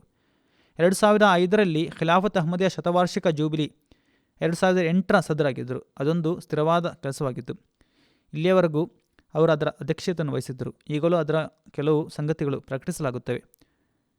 ಏಪ್ರಿಲ್ 2003ರಲ್ಲಿ ಹಜರತ್ ಖಲೀಫತು ಮಸೀಹ್ ರಾಬಿ ರಹಮುಲ್ಲಾರ ನಿಧನದ ಸಂದರ್ಭದಲ್ಲಿ ಖಿಲಾಫತಿನ ಚುನಾವಣಾ ಸಭೆಯ ಅಧ್ಯಕ್ಷತೆಯನ್ನು ವಹಿಸುವ ಗೌರವವನ್ನು ಅವರು ಪಡೆದಿದ್ದರು. ವಕೀಲುಲ್ ಆಲಾ ಎಂಬ ನೆಲೆಯಲ್ಲಿ ಅವರು ಆಫ್ರಿಕಾ ಮತ್ತು ಯುರೋಪ್ ಸಮೇತ ಹಲವಾರು ದೇಶಗಳ ಪರ್ಯಟನೆ ಸಹ ಮಾಡಿದ್ದರು. 1973ರಲ್ಲಿ ಸನ್ಮಾನ್ಯ ಸೈಯದ್ ಮೀರ್ ದಾವೂದ್ ಅಹಮದ್ ಸಾಹೇಬರ ನಿಧನದ ವೇಳೆ ಹಜರತ್ ಖಲೀಫತು ಮಸೀಹ್ ಸಾಲಿಸ್ ರಹಮುಲ್ಲಾರವರು ಚೌಧರಿ ಸಾಹೇಬರನ್ನು ಜಲ್ಸಾ ಸಾಲಾನದ ಆಫೀಸರ್ರಾಗಿ ನಿಶ್ಚಯಿಸಿದರು. 1973ರಿಂದ ನಿಧನದ ತನಕ ಅವರು ಜಲ್ಸಾ ಸಾಲಾನ ಆಫೀಸರ್ ಎಂಬ ನೆಲೆಯಲ್ಲಿ ಸೇವೆ ಸಲ್ಲಿಸುತ್ತಿದ್ದರು. ಪಾಕಿಸ್ತಾನದಲ್ಲಿ 1983ರ ನಂತರ ಜಲ್ಸಾ ನಡೆಯುತ್ತಿಲ್ಲ. ಆದರೆ ಸುವ್ಯವಸ್ಥಿತ ನಿಜಾಮ್ ಅಲ್ಲಿ ನೆಲೆ ನಿಂತಿತ್ತು. ಅದನ್ನು ಅವರು ಹಾಗೆಯೇ ಬಿಟ್ಟಿರಲಿಲ್ಲ. ನಿಯತವಾಗಿ ಸ್ಥಿತಿಗತಿಗಳ ಪ್ರಕಾರ ಅಪ್ಡೇಟ್ ಮಾಡುತ್ತಿದ್ದರು. ಅಲ್ಲಾಹನು ಸೌಭಾಗ್ಯ ನೀಡುವಾಗ, ಸ್ಥಿತಿಗತಿಗಳು ಸುಧಾರಿಸುವಾಗ ಜಲ್ಸಾ ನಡೆದರೆ ಹೆಚ್ಚಿನ ಸಂಖ್ಯೆಯಲ್ಲಿ ಬರುವ ಜನರನ್ನು ಹೇಗೆ ನೋಡಿಕೊಳ್ಳುವುದು ಎಂಬುದರ ಬಗ್ಗೆ ಅಪ್ಡೇಟ್ ಮಾಡುತ್ತಿದ್ದರು. ಇವರಿಗೆ ಕಾರ್ಯನಿರ್ವಹಣೆಯ ಉತ್ತಮ ಸಾಮರ್ಥ್ಯವಿತ್ತು, ಆಡಳಿತದ ಉತ್ತಮ ಸಾಮರ್ಥ್ಯವಿತ್ತು. ಅದರ ಪ್ರಕಾರ ಅವರು ಕೆಲಸ ಮಾಡುತ್ತಿದ್ದರು. ಜಲ್ಸಾ ಸಾಲಾನ ಆಫೀಸರ್ ಆಗುವುದಕ್ಕೆ ಮುಂಚಿತವಾಗಿ ಅವರು ಜಲ್ಸಾ ಸಾಲಾನದ ವ್ಯವಸ್ಥೆಯಲ್ಲಿ ವಿವಿಧ ನೆಲೆಗಳಲ್ಲಿ ಕೆಲಸ ಮಾಡುತ್ತಿದ್ದರು. 1991ರಲ್ಲಿ ಜಲ್ಸಾ ಸಾಲಾನ ಕಾದ್ಯಾನಿನಲ್ಲಿ ಹಜರತ್ ಖಲೀಫತು ಮಸೀಹ್ ರಾಬಿ ರಹಮುಲ್ಲಾರವರು ಅವರನ್ನು ಜಲ್ಸಾ ಸಾಲಾನ ಆಫೀಸರ್ ಆಗಿ ನಿಶ್ಚಯಿಸಿದರು. ಅನಂತರ ಅವರನ್ನು ಶ್ಲಾಘಿಸುತ್ತಾ ಖುತಬದಲ್ಲಿ ಹೀಗೆ ಹೇಳಿದರು: ಪಾಕಿಸ್ತಾನದಿಂದ ಚೌಧರಿ ಹಮೀದುಲ್ಲಾ ಸಾಹಿಬ್ ಮತ್ತು ಮಿಯಾ ಗುಲಾಮ್ ಅಹಮದ್ ಸಾಹಿಬರು ಬಹಳ ದೀರ್ಘಕಾಲದವರೆಗೆ ಬಹಳ ಪರಿಶ್ರಮಿಸಿದ್ದಾರೆ. ಕಾದ್ಯಾನಿಗೆ ಹೋಗಿ ಅಲ್ಲಿನ ಸಮಸ್ಯೆಗಳನ್ನು ಅರಿತುಕೊಂಡು ನನ್ನ ನಿರ್ದೇಶನಗಳ ಪ್ರಕಾರ ಎಲ್ಲ ರೀತಿಯ ತಯಾರಿಗಳಲ್ಲಿ ಬಹಳ ಉತ್ತಮವಾದ ಸೇವೆಗಳನ್ನು ಸಲ್ಲಿಸಿದ್ದಾರೆ. ಇಲ್ಲದಿದ್ದರೆ ಕಾದ್ಯಾನಿಯಲ್ಲಿ ಬಹಳ ಕಡಿಮೆ ಸಂಖ್ಯೆಯಲ್ಲಿರುವ ಅಹಮದಿಯರಿಂದ ಇಷ್ಟು ದೊಡ್ಡ ವ್ಯವಸ್ಥೆಯನ್ನು ನಡೆಸುವುದು ಸಾಧ್ಯವಾಗುತ್ತಿರಲಿಲ್ಲ. 1977ರಲ್ಲಿ ಅವರನ್ನು ರಬ್ವಾದ ಜಲ್ಸಾ ಸಾಲಾನ ಆಫೀಸರ್ ಅಲ್ಲದೆ ನಾಜಿರ್ ಜಿಯಾಫತ್ ಆಗಿಯೂ ನಿಶ್ಚಯಿಸಲಾಗಿತ್ತು. 1977ರಿಂದ 1987ರ ತನಕ ಅವರು ನಾಜಿರ್ ಜಿಯಾಫತ್ ಎಂಬ ನೆಲೆಯಲ್ಲಿ ಸೇವೆ ಸಲ್ಲಿಸುತ್ತಿದ್ದರು. ಅವರು ತನ್ನ ಪತ್ನಿಯನ್ನಲ್ಲದೆ ಓರ್ವ ಪುತ್ರ ಮತ್ತು 2 ಪುತ್ರಿಯರನ್ನು ಅಗಲಿರುವರು. ಮಗನಾದ ರಶೀದುಲ್ಲಾ ಸಾಹೇಬರು ಕೆನಡಾದಲ್ಲಿ ನೆಲೆಸಿರುವರು. ಮಗಳೊಬ್ಬಳು ಲಂಡನ್ನಿನಲ್ಲಿದ್ದಾರೆ. ಜಹೀರ್ ಹಯಾತ್ ಸಾಹೇಬರ ಪತ್ನಿಯಾಗಿರುವರು. 2ನೇ ಮಗಳಾದ ರಿಜ್ವಾನಾ ಹಮೀದ್ ಸ್ವೀಡನ್ನಲ್ಲಿ ನೆಲೆಸಿರುವರು. ಅವರು ಕಮಾಲ್ ಯೂಸುಫ್ ಸಾಹೇಬರ ಸೊಸೆ ಮತ್ತು ನಿಸಾರ್ ಅಹಮದ್ ಸಾಹೇಬರ ಪತ್ನಿಯಾಗಿರುವರು. ಅವರ ಪತ್ನಿ ಹೇಳುತ್ತಾರೆ, ನಮ್ಮ ವಿವಾಹ 1960ರಲ್ಲಿ ನಡೆದಿತ್ತು. ಅವರಿಗೆ ಲಭಿಸುತ್ತಿದ್ದ ಅಲೌನ್ಸ್ನಿಂದ ಮೊದಲು ಚಂದಾ ಬೇರೆ ಇರಿಸುತ್ತಿದ್ದರು ಎಂಬುದನ್ನು ನಾನು ವಿವಾಹದ ನಂತರ ನೋಡಿದ್ದೇನೆ. ಮೊದಲು ಚಂದಾ ಕೊಟ್ಟು ಅನಂತರ ಇತರ ಖರ್ಚುಗಳನ್ನು ಮಾಡಲು ಅವರು ನನ್ನೊಡನೆ ಸದಾ ಉಪದೇಶಿಸುತ್ತಿದ್ದರು. ನನ್ನೊಡನೆ ವಸಿಯತ್ ಮಾಡಲು ಸಹ ಉಪದೇಶಿಸಿದರು. ವಿವಾಹ ಸಮಯದಲ್ಲಿ ಅವರ ಸಂಬಳ 80 ರೂಪಾಯಿ ಆಗಿತ್ತು. ಅದು ಅಗ್ಗದ ಕಾಲವಾಗಿದ್ದರೂ 80 ರೂಪಾಯಿ ಸಂಬಳವೆಂಬುದು ಬಹಳ ಕಡಿಮೆಯಾಗಿತ್ತು. ಈಗಿನ ಕಾಲದಲ್ಲಿ ಯಾರಿಗೂ ಯೋಚಿಸಲು ಕೂಡ ಸಾಧ್ಯವಲ್ಲ. ಈ 80 ರೂಪಾಯಿಯಿಂದ ಚಂದಾ ಬೇರೆಯಾಗಿಸಿಕೊಂಡು ಜೀವನ ಹೇಗೆ ಸಾಗಿಸುವುದು ಎಂದು ನಾನು ಚಿಂತಿತಲಾಗಿದ್ದೆ. ಆದರೆ ಚಂದಾದ ಅನುಗ್ರಹದಿಂದ ಅಲ್ಲಾಹನ ಕೃಪೆ ಇರುತ್ತಿತ್ತು. ಬಹಳ ಆರಾಮವಾಗಿ ದಿನಗಳು ಸಾಗುತ್ತಿದ್ದವು. ಚೌಧರಿ ಸಾಹೇಬರು ಕಾಲೇಜಿನಲ್ಲಿ ಕಲಿಸುತ್ತಿದ್ದ ಕಾರಣ ಅವರ ಅಲೌನ್ಸ್ ಹೆಚ್ಚಿಗೆ ಇತ್ತು. ಜಮಾತಿನ ಇತರ ವಕ್ಫೆ ಜಿಂದಿಗರ ಮತ್ತು ಮೊಬಲ್ಲಿಗರ ಅಲೌನ್ಸ್ ಇದಕ್ಕಿಂತ ಕಡಿಮೆಯಾಗಿತ್ತು. ಪತ್ನಿ ಬರೆಯುತ್ತಾಳೆ, ಅವರು ತಹಜ್ಜುದ್ ನಿರ್ವಹಿಸುತ್ತಿದ್ದರು. 5 ಹೊತ್ತಿನ ನಮಾಜುಗಳನ್ನು ಜಮಾತಾಗಿ ಮಸೀದಿಯಲ್ಲಿ ಅಥವಾ ಆಫೀಸಲ್ಲಿ ನಿರ್ವಹಿಸುತ್ತಿದ್ದರು. ರೋಗಾವಸ್ಥೆಯಲ್ಲಿ ಮನೆಯಲ್ಲಿ ನಿರ್ವಹಿಸುತ್ತಿದ್ದರು. ನಮಾಜಿನ ಬಗ್ಗೆ ವಿಶೇಷ ಗಮನ ವಹಿಸುತ್ತಿದ್ದರು. ಮರಣದವರೆಗೆ ನಮಾಜ್ಗಳನ್ನು ಸಮಯಕ್ಕೆ ಸರಿಯಾಗಿ ನಿರ್ವಹಿಸುತ್ತಿದ್ದರು. ಅವರನ್ನು ನೋಡಿಕೊಂಡು ನನಗೂ ತಹಜ್ಜುದ್ ನಿರ್ವಹಿಸುವ ಅಭ್ಯಾಸ ಉಂಟಾಗಿತ್ತು. ನಾನು ಎಲ್ಲವನ್ನೂ ಅವರಿಂದ ಕಲಿತಿದ್ದೆ. ನನ್ನೊಂದಿಗೆ ಅವರು ಬಹಳ ಉತ್ತಮ ರೀತಿಯಲ್ಲಿ ವರ್ತಿಸುತ್ತಿದ್ದರು. ಮನೆಗೆ ಏನು ಬಂದರೂ ಮೊದಲು ನನಗೆ ಕೊಡ್ತಿದ್ದರು, ಅನಂತರ ಮಕ್ಕಳಿಗೆ ಕೊಡುತ್ತಿದ್ದರು. ಆಫೀಸಿನಿಂದ ಅಧಿಕವೂ ತಡವಾಗಿ ಮನೆಗೆ ಬರುತ್ತಿದ್ದರು.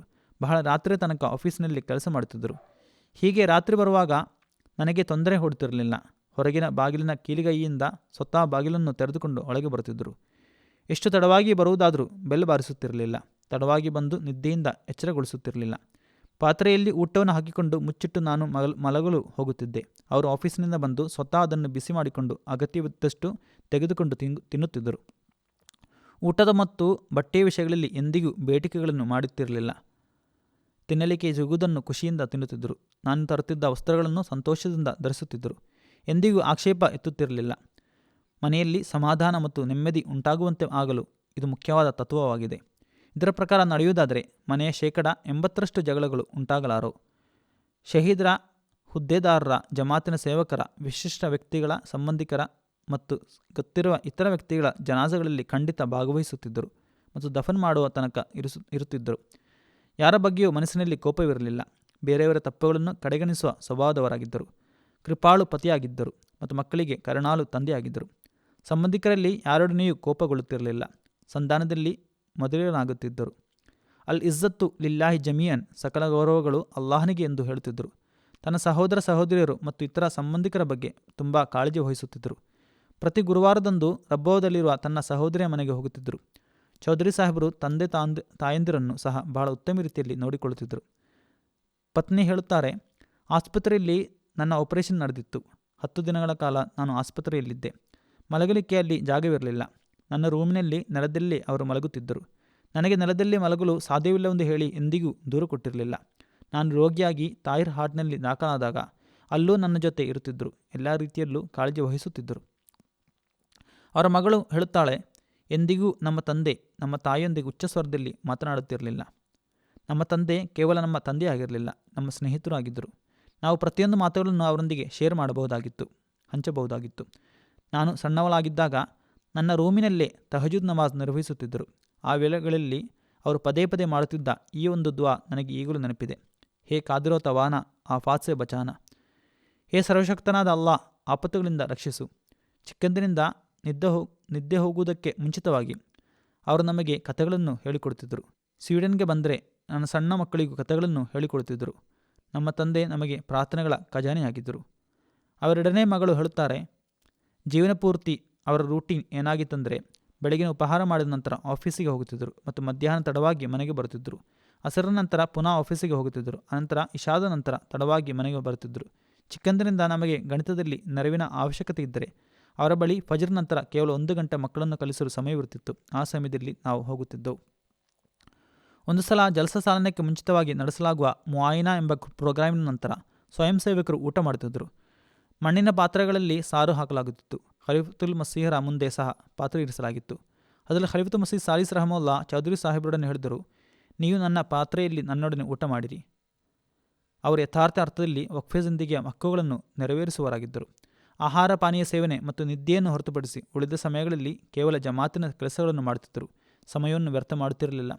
ಮಗಳು ಬರೆಯುತ್ತಾಳೆ, ನಾನು ಸಣ್ಣವಳಾಗಿದ್ದಾಗ ಒಂದು ಸಂಗತಿಯನ್ನು ಅವರು ನನಗೆ ಕಳಿಸಿದ್ದರು. ಅದೇನೆಂದರೆ, ಮೇಲಿನ ಕೈ ಕೆಳಗಿನ ಕೈಗಿಂತ ಉತ್ತಮ. ನಾನು ಮುಂಚೆ ಕೈಯನ್ನು ಚಾಚುತ್ತಾ ಯಾರಿಂದಾದರೂ ಏನಾದರೂ ಪಡೆಯುತ್ತಿದ್ದೆ. ಹೀಗೆ ತೆಗೆಯಬಾರದು, ಬದಲಿಗೆ ಮೇಲಿಂದ ಪಡೆಯಬೇಕೆಂದು ತೋರಿಸಿಕೊಡ್ತಿದ್ದರು. ಎಂದರೆ ಹಣವಾದರೂ ಏನೇ ಆದರೂ ಈ ರೀತಿಯಲ್ಲಿ ಪಡೆಯಬೇಕು.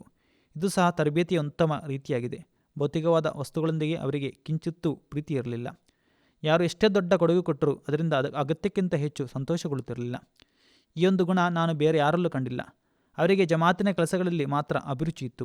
ಅದರಿಂದಲೇ ಅವರ ಕಣ್ಣುಗಳು ಹೊಳೆಯುತ್ತಿದ್ದವು, ಸಂತೋಷಗೊಳ್ಳುತ್ತಿದ್ದರು. ಫೋನನ್ನು ಬೆಡ್ಡಿನ ಸಮೀಪವಿರಿಸುತ್ತಿದ್ದರು. 24 ಗಂಟೆಗಳು ಅವರು ಫೋನಿನಲ್ಲಿ ಅವೈಲೇಬಲ್ ಇರುತ್ತಿದ್ದರು.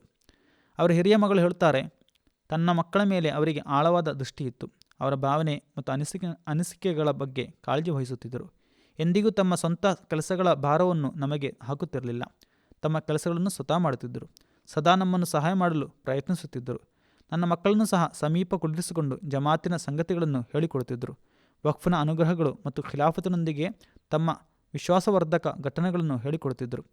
ಅವರ ಪ್ರತಿಯೊಂದು ಮಾತು ಉದ್ದೇಶದಿಂದ ಕೂಡಿದ್ದಾಗಿರುತ್ತಿತ್ತು. ನಮ್ಮ ಮೇಲೆ ಅದರ ಉತ್ತಮ ಪ್ರಭಾವ ಉಂಟಾಗುತ್ತಿತ್ತು. ಅವರ ಮಗನು ಬರೆಯುತ್ತಾರೆ, ಅವರು ಯಾವಾಗಲೂ 2 ಸಂಗತಿಗಳಿಗೆ ಒತ್ತು ನೀಡುತ್ತಿದ್ದರು. ನಮಾಜ್ಗಳನ್ನು ಮತ್ತು ಕಾಲಘಟ್ಟದ ಖಲೀಫರ ಖುತ್ಬಗಳನ್ನು ಎಂದಿಗೂ ಮಿಸ್ ಮಾಡಬಾರದೆಂದು ಖಲೀಫತುಲ್ ಮಸೀಹ್ ನೀಡುವ ಪ್ರತಿಯೊಂದು ನಿರ್ದೇಶನಗಳ ಪ್ರಕಾರ ನಡೆಯಬೇಕೆಂದು ಹೇಳುತ್ತಿದ್ದರು. ಕೆನಡಿಯರಿಗೆ ತಬ್ಲೀಗ್ ಮಾಡುವಾಗ ಅವರನ್ನು ಗೌರವಿಸಲಾಗುತ್ತಿದೆ ಮತ್ತು ಅವರನ್ನು ಪ್ರೀತಿಸಲಾಗುತ್ತಿದೆ ಎಂಬ ಭಾವನೆ ಅವರಲ್ಲಿ ಉಂಟು ಮಾಡುವ ರೀತಿಯಲ್ಲಿ ತಬ್ಲೀಗ್ ಮಾಡಬೇಕೆಂದು ಹೇಳುತ್ತಿದ್ದರು. ಚೌಧರಿ ಸಾಹೇಬರೊಂದಿಗೆ ದೀರ್ಘವಾದ ಸಂಬಂಧವಿದ್ದ ವಕೀಲು ತಸ್ನೀಫ್ ಆಗಿರುವ ಜಮೀಲುರ್ ರಹಮಾನ್ ರಫೀಕ್ ಸಾಹೇಬರು ಬರೆಯುತ್ತಾರೆ, ಚೌಧರಿ ಸಾಹೇಬರ ತಂದೆಯಾದ ಮೊಹಮ್ಮದ್ ಬಕ್ಷ್ ಸಾಹಿಬ್ ಬಹಳ ಧಾರ್ಮಿಕ ಮತ್ತು ಸಾತ್ವಿಕ ಗುಣಗಳನ್ನು ಹೊಂದಿದ್ದ ವ್ಯಕ್ತಿಯಾಗಿದ್ದರು. ಆ ಗುಣಗಳೇ ಚೌಧರಿ ಸಾಹೇಬರಿಗೂ ಲಭಿಸಿದ್ದು ಮತ್ತು ಅವುಗಳು ಇನ್ನೂ ಉತ್ತಮಗೊಂಡವು. ಅವರ ತಂದೆಯಾದ ಮೊಹಮ್ಮದ್ ಬಕ್ಷ್ ಸಾಹಿಬರು ಚೌಧರಿ ಫಜಲ್ ಅಹಮದ್ ಸಾಹೇಬರಿಗೆ ತಬ್ಲೀಗ್ ಮಾಡುತ್ತಿದ್ದರು. ಇದು 60-70ಗಳಿಗೆ ಮುಂಚಿನ ಸಂಗತಿಯಾಗಿದೆ. ಚೌಧರಿ ಫಜಲ್ ಅಹಮದ್ ಸಾಹಿಬ್ ಅಹಮದಿ ಸ್ವೀಕರಿಸಿದರು. ಅವರ ತಂದೆಯ ಕಾರಣದಿಂದ ಜಮೀಲುರ್ ರಹಮಾನ್ರ ಸಂಬಂಧ ಅವರೊಂದಿಗೆ ಉಂಟಾಯಿತು ಮತ್ತು ಅನಂತರ ಅದು ವರ್ಧಿಸಿತ್ತು. ಏಕೆಂದರೆ ಚೌಧರಿ ಫಜಲ್ ಅಹಮದ್ ಸಾಹೇಬರು ನನ್ನ ಮಾವ ಆದರು. ಚೌಧರಿ ಹಮೀದುಲ್ಲಾ ಸಾಹೇಬರು ನನ್ನ ಅಧ್ಯಾಪಕರು ಸಹ ಆಗಿದ್ದರು. ನಾನು BScಯಲ್ಲಿದ್ದಾಗ ಕೆಲವು ಕಾಲ ನಮಗೆ ಕಲಿಸುತ್ತಿದ್ದರು. ಬಹಳ ಆಸಕ್ತಿಯಿಂದ ಕಲಿಸುತ್ತಿದ್ದರು. ಅದರಿಂದ ನಾವು ತುಂಬ ಪ್ರಭಾವಿತಗೊಳ್ಳುತ್ತಿದ್ದೆವು. ಕಟ್ಟುನಿಟ್ಟಿನ ವ್ಯಕ್ತಿಯಾಗಿದ್ದರೂ ಕರುಣಾಮಯಿಯಾಗಿದ್ದರು. ಹಣದ ಅವಶ್ಯಕತೆ ಇರುವ ಉದ್ಯೋಗಿಗಳಿಗೆ ರಹಸ್ಯವಾಗಿ ಸಹಾಯ ಮಾಡುತ್ತಿದ್ದರು. ಅಲ್ಲಾಹನ ಅನುಗ್ರಹದಿಂದ ಬಹಳ ಪರಿಶ್ರಮಿಯಾಗಿದ್ದರು. ಅರಿವಿನ ಕಡೆಗೆ ಒಲವಿತ್ತು. ವಿಶೇಷವಾಗಿ ಇತಿಹಾಸ ಮತ್ತು ಜಿಯೋಗ್ರಫಿಯಲ್ಲಿ ತುಂಬ ಅರಿವಿತ್ತು. ಅದನ್ನು ಕಲಿಯಲು ಉಪದೇಶಿಸುತ್ತಿದ್ದರು. ಅಲ್ಲಾಹನ ಅನುಗ್ರಹದಿಂದ ಜಮಾತಿನ ಸಂಪತ್ತನ್ನು ಬಹಳ ಜಾಗರೂಕತೆಯಿಂದ ಖರ್ಚು ಮಾಡುತ್ತಿದ್ದರು. ಕೆಲವು ಪದಗಳ ಪತ್ರಕ್ಕಾಗಿ ಫುಲ್ ಸೈಜ್ಗೆ ಬದಲಿಗೆ ಅರ್ಧ ಸೈಜಿನ ಕಾಗದವನ್ನು ಬಳಸಲು ಹೇಳುತ್ತಿದ್ದರು. ಪ್ರತಿಯೊಂದು ವಿಷಯವನ್ನು ಆಳವಾಗಿ ನೋಡುತ್ತಿದ್ದರು. ಏನಾದರೂ ವಿಷಯ ಮುಂದೆ ಬಂದರೆ ಅದರ ಸಣ್ಣ ಸಣ್ಣ ಭಾಗಗಳನ್ನು ಸಹ ಅವಲೋಕಿಸುತ್ತಿದ್ದರು. ಅನಂತರವೇ ತೀರ್ಮಾನ ಮಾಡುತ್ತಿದ್ದರು. ಈ ಗುಣ ಅವರಲ್ಲಿ ಅಲ್ಲಾಹನ ಅನುಗ್ರಹದಿಂದ ತುಂಬ ಇತ್ತು. ವಕೀಲುದ್ ದಿವಾನ್ ಲೈಕ್ ನಾಸಿರ್ ಸಾಹೇಬ್ ಹೇಳುತ್ತಾರೆ, ಹಜರತ್ ಖಲೀಫತುಲ್ ಮಸೀಹ್ ಸಾಲಿಸ್ ರಹಮುಲ್ಲಾ ಖುದಾಮುಲ್ ಅಹಮದಿಯ ಸದರ ಆಗಿದ್ದಾಗ ಚೌಧರಿ ಸಾಹೇಬರಿಗೆ ವಾಲಂಟಿಯರ್ ಎಂಬ ನೆಲೆಯಲ್ಲಿ ಇಜ್ತಿಮಾದಲ್ಲಿ ಡ್ಯೂಟಿ ಇತ್ತು. ಲಂಗರ್ಖಾನದ ಸ್ಥಿತಿಯನ್ನು ನೋಡಿಕೊಂಡು ಬರಲು ಹಜರತ್ ಖಲೀಫತುಲ್ ಮಸೀಹ್ ಸಾಲಿಸ್ ರಹಮುಲ್ಲಾ ಚೌಧರಿ ಸಾಹೇಬರೊಡನೆ ಹೇಳಿದರು. ಆಹಾರ ಹೇಗೆ ತಯಾರಾಗುತ್ತಿದೆ ಎಂದು ನೋಡಿಕೊಂಡು ಬರಲು ಹೇಳಿದರು. ಇಜ್ತಿಮಾದಲ್ಲೂ ಲಂಗರ್ ಚಾಲು ಮಾಡಲಾಗುತ್ತಿತ್ತು.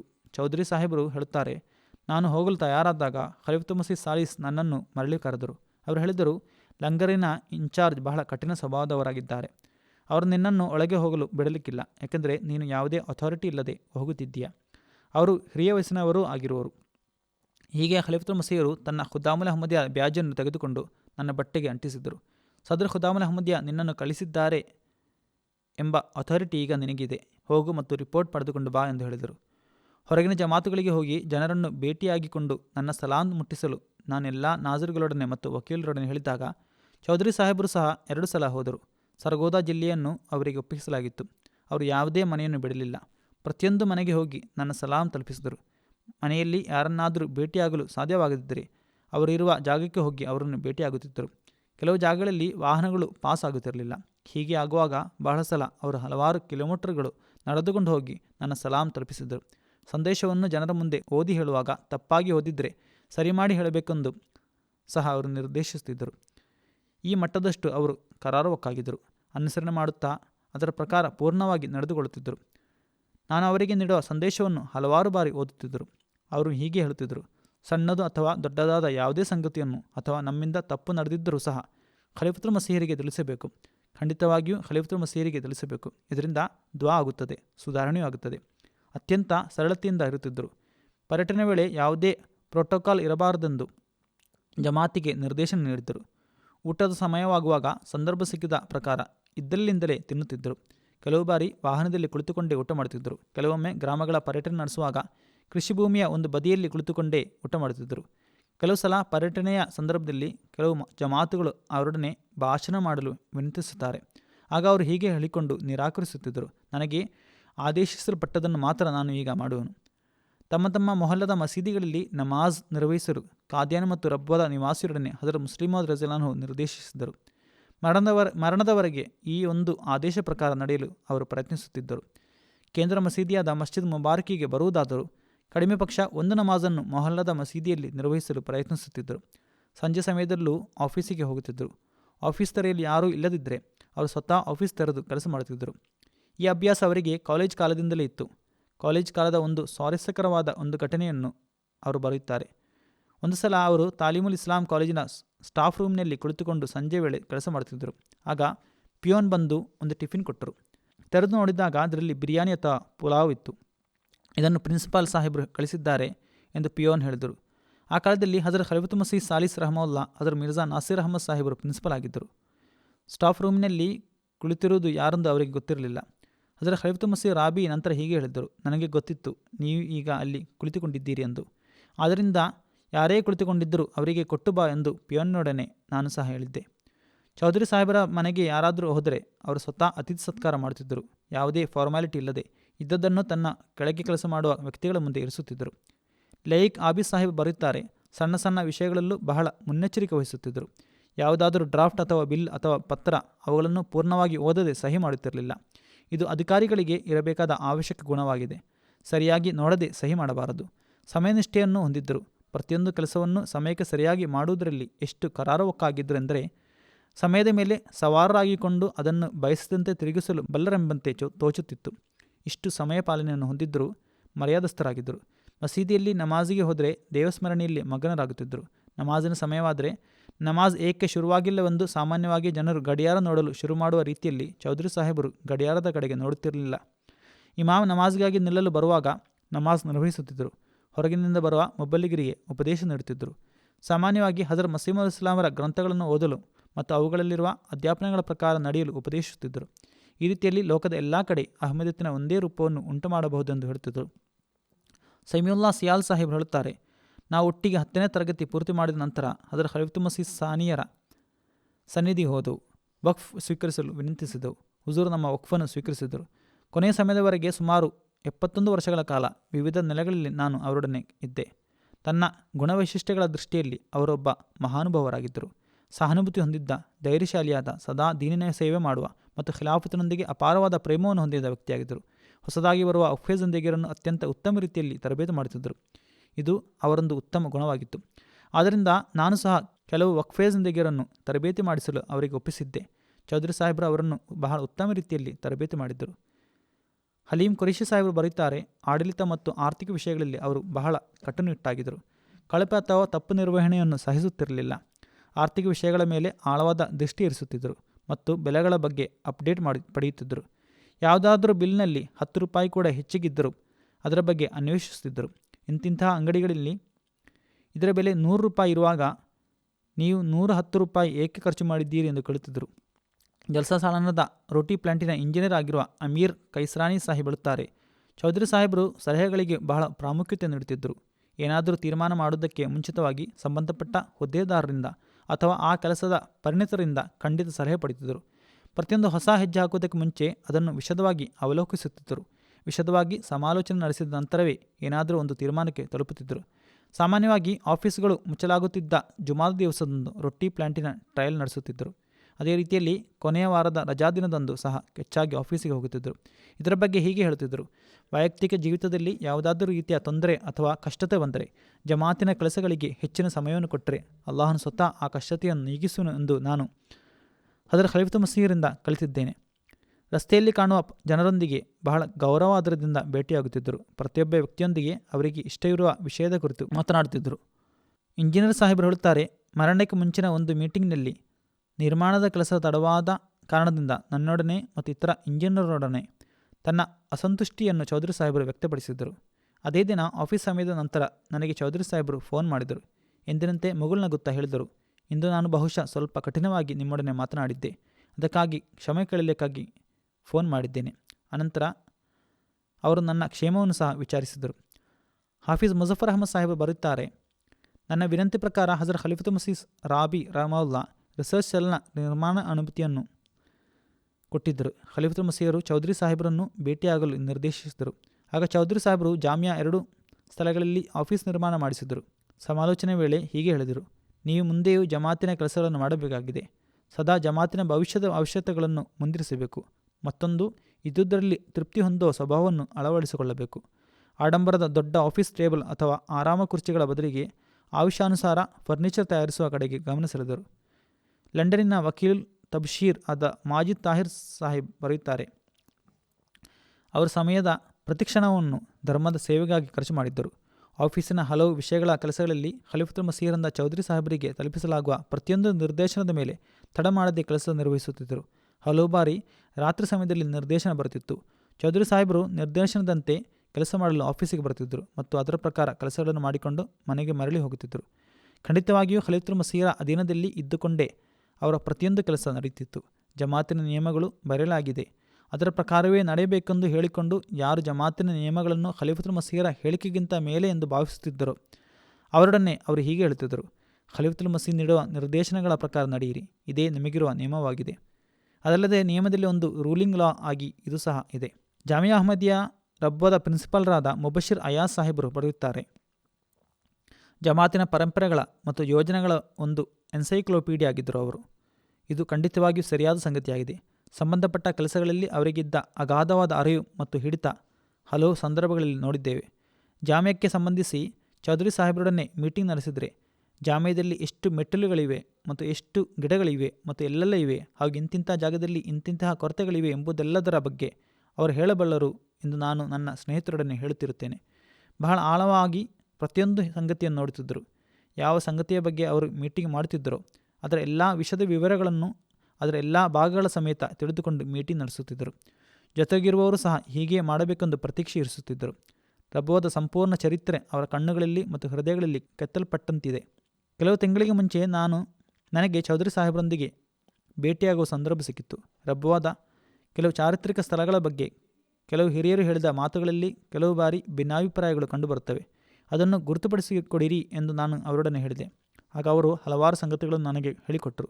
ಅವರು ಹೇಳಿದರು, ಇಂತಿಂತಹ ವ್ಯಕ್ತಿಗಳು ಇದರ ಬಗ್ಗೆ ಹೇಳಬಲ್ಲರು, ಆದರೆ ಈಗ ಅವರಲ್ಲಿ ಕೆಲವರ ನೆನಪಿನ ಶಕ್ತಿ ಕಡಿಮೆಯಾಗಿದೆ. ಅದರಿಂದ ವಿಷಯಗಳ ಪಟ್ಟಿಯನ್ನು ಮಾಡಿಕೊಂಡು ನನಗೆ ಕಳುಹಿಸಿರಿ. ನನಗೆ ನೆನಪಿರುವಷ್ಟು ಸಂಗತಿಯನ್ನು ನಾನು ಹೇಳುತ್ತೇನೆ. ಅವರು ವಿನಯದ ಸ್ಥಿತಿ ಏನಾಗಿತ್ತಂದರೆ ಸ್ವತಃ ಚಹಾ ತಯಾರು ಮಾಡಿಕೊಂಡು ಯಾವಾಗಲೂ ನನಗೆ ಕೊಡುತ್ತಿದ್ದರು. ಅವರ ವಿನಯದ ಒಂದು ಘಟನೆ ಬಗ್ಗೆ ಮುಬಶಿರ್ ಸಾಹೇಬರು ಬರೆಯುತ್ತಾರೆ: ಕೆಲವು ವರ್ಷಗಳ ಹಿಂದೆ ಕಾದಿಯಾನ್ ಜಲ್ಸಾ ಹೋಗಿದ್ದರು. ಮಹಫೂಜ್ ರಹಮಾನ್ ಸಾಹಿಬ್ ಅಲ್ಲಿಯ ಲಂಗರ್ಖಾನದ ನಾಯಿಬ್ ಮೇಲ್ನೋಟಗಾರರಾಗಿದ್ದರು. ನಾವು ನಿಂತು ಮಾತನಾಡುತ್ತಿರುವಾಗ ಚೌಧರಿ ಸಾಹೇಬರು ಅಲ್ಲಿಂದ ದಾಟಿ ಹೋದರು. ಸಲಾಂ ಹೇಳಿದ ನಂತರ ಮಹಫೂಜ್ ಸಾಹೇಬರು ನನ್ನೊಡನೆ ಹೇಳಿದರು: ಚೌಧರಿ ಸಾಹೇಬರು ವಿಸ್ಮಯಕರವಾದ ಸರಳ ಸ್ವಭಾವದ ವ್ಯಕ್ತಿಯಾಗಿದ್ದಾರೆ.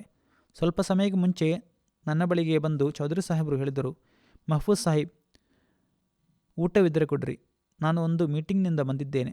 10-15 ನಿಮಿಷಗಳಲ್ಲಿ ಇನ್ನೊಂದು ಮೀಟಿಂಗ್ ಹೋಗಲಿಕ್ಕಿದೆ. ಊಟದ ಸಮಯ ಮುಕ್ತಾಯಗೊಂಡಿತ್ತು. ನಾನು ಹೇಳಿದೆ, ಫ್ರಿಜ್ನಲ್ಲಿ ಊಟವಿದೆ, ಅದನ್ನು ಬಿಸಿ ಮಾಡಿ ತರುತ್ತೇನೆ. ಅಷ್ಟರಲ್ಲಿ ನೀವು ಹೋಗಿ ತಯಾರಾಗಿ ಬನ್ನಿರಿ. ನಾನು ಊಟವನ್ನು ಬಿಸಿ ಮಾಡಿಕೊಂಡು ತಂದೆ. ಸ್ವಲ್ಪ ತಡವಾಗಿತ್ತು. ಚೌಧರಿ ಸಾಹೇಬರು ಸಮಯ ಪಾಲನೆ ಮಾಡುವವರಾಗಿದ್ದರು. ಸಮಯಕ್ಕೆ ಮೀಟಿಂಗ್ಗೆ ಹೋಗಬೇಕಾಗಿತ್ತು. ಆದ್ದರಿಂದ ನಾನು ಊಟ ಬಿಸಿ ಮಾಡಿ ತರುವಷ್ಟರಲ್ಲಿ ಅವರು ಡೈನಿಂಗ್ ಟೇಬಲ್ನಲ್ಲಿದ್ದ ರೊಟ್ಟಿಯ ತುಣುಕುಗಳನ್ನು ಸಾರಿನೊಂದಿಗೆ ತಿಂದು ಊಟ ಮುಗಿಸುತ್ತಿದ್ದರು. ಹೀಗೆ ಸಮಯಕ್ಕೆ ಸರಿಯಾಗಿ ಮೀಟಿಂಗ್ಗೆ ಹೋದರು. ಊಟ ತಡವಾಗಿ ತಂದಿದ್ಯಾ ಎಂಬ ರೀತಿಯ ಅಸಹನೀಯ ಭಾವ ಅವರ ಮುಖದಲ್ಲಿರಲಿಲ್ಲ. ಅಲ್ಲಿ ಉಳಿದಿದ್ದ ರೊಟ್ಟಿ ತುಣುಕುಗಳನ್ನು ಸಾರಿನೊಂದಿಗೆ ತಿಂದು ಹೋದರು. ಚೌಧರಿ ಸಾಹೇಬರು ಹಜರತ್ ಮಸೀಹುಲ್ ಇಸ್ಲಾಮರ ಗ್ರಂಥಗಳನ್ನು ಗಹನವಾಗಿ ಓದಿದ್ದರು. ನಿರಂತರವಾಗಿ ಆ ಗ್ರಂಥಗಳನ್ನು ಓದುತ್ತಿದ್ದರು ಎಂದು ಭಾಸವಾಗುತ್ತಿತ್ತು. ಕೇವಲ ಓದುವುದು ಮಾತ್ರವಲ್ಲ, ಪ್ರತಿಯೊಂದು ಸಂಗತಿಗಳನ್ನು ವಿಶ್ಲೇಷಿಸುತ್ತಿದ್ದರು. ಅದರಲ್ಲಿ ಹೇಳುವ ಸವಾಲುಗಳನ್ನು ಪರಿಹರಿಸುತ್ತಿದ್ದರು ಅಥವಾ ಪರಿಹರಿಸಲು ಪ್ರಯತ್ನಿಸುತ್ತಿದ್ದರು.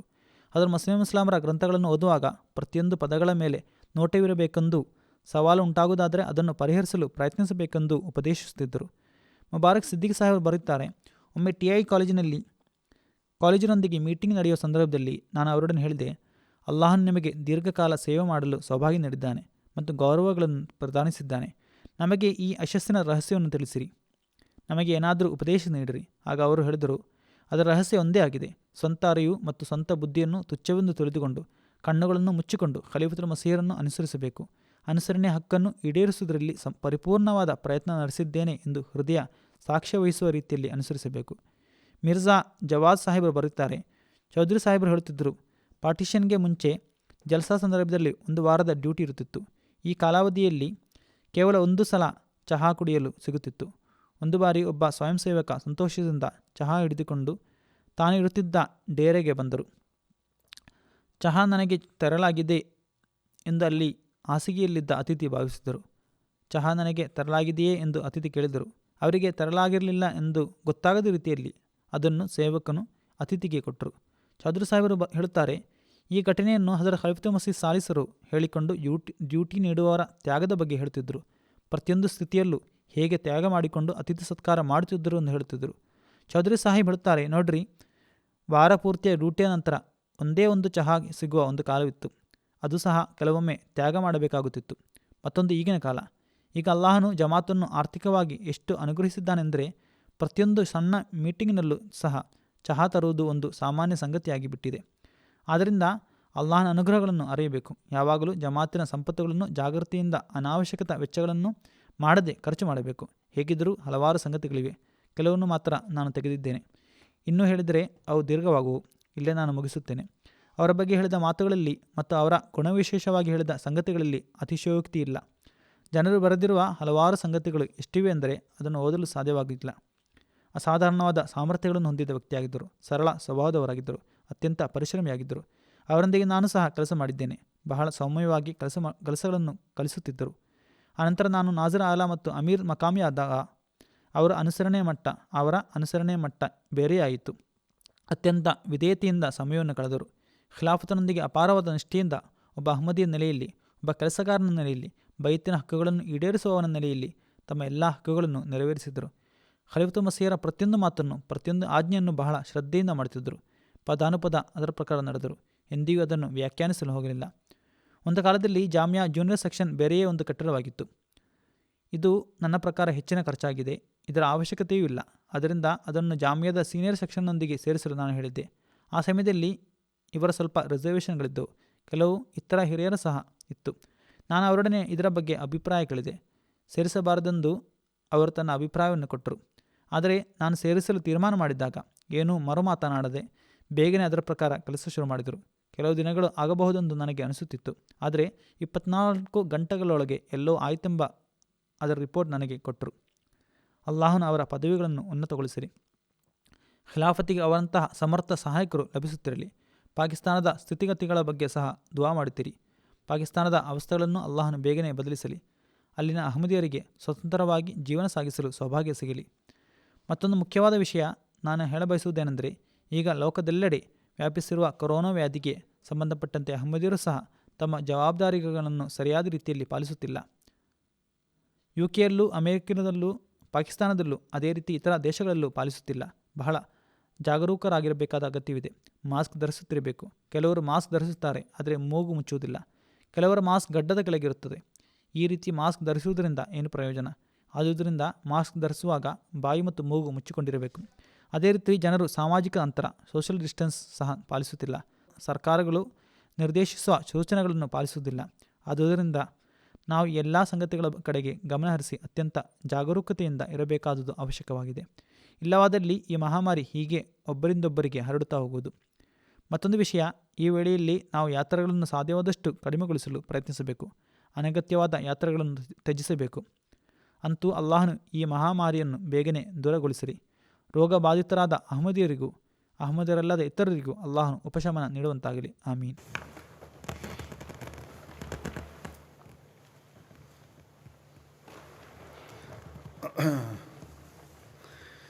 ಅಲ್ಹಮ್ದುಲಿಲ್ಲಾಹ್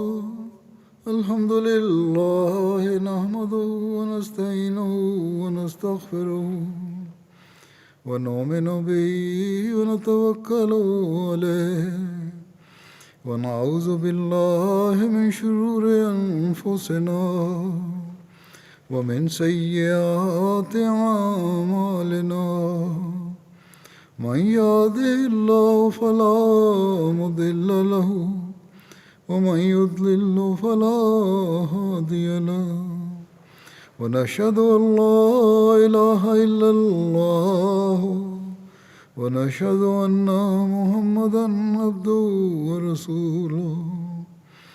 عباد الله رحمكم الله إن الله يأمر بالعدل والإحسان وإيتاء ذي القربى وينهى عن الفحشاء والمنكر والبغي يعظكم لعلكم تذكرون.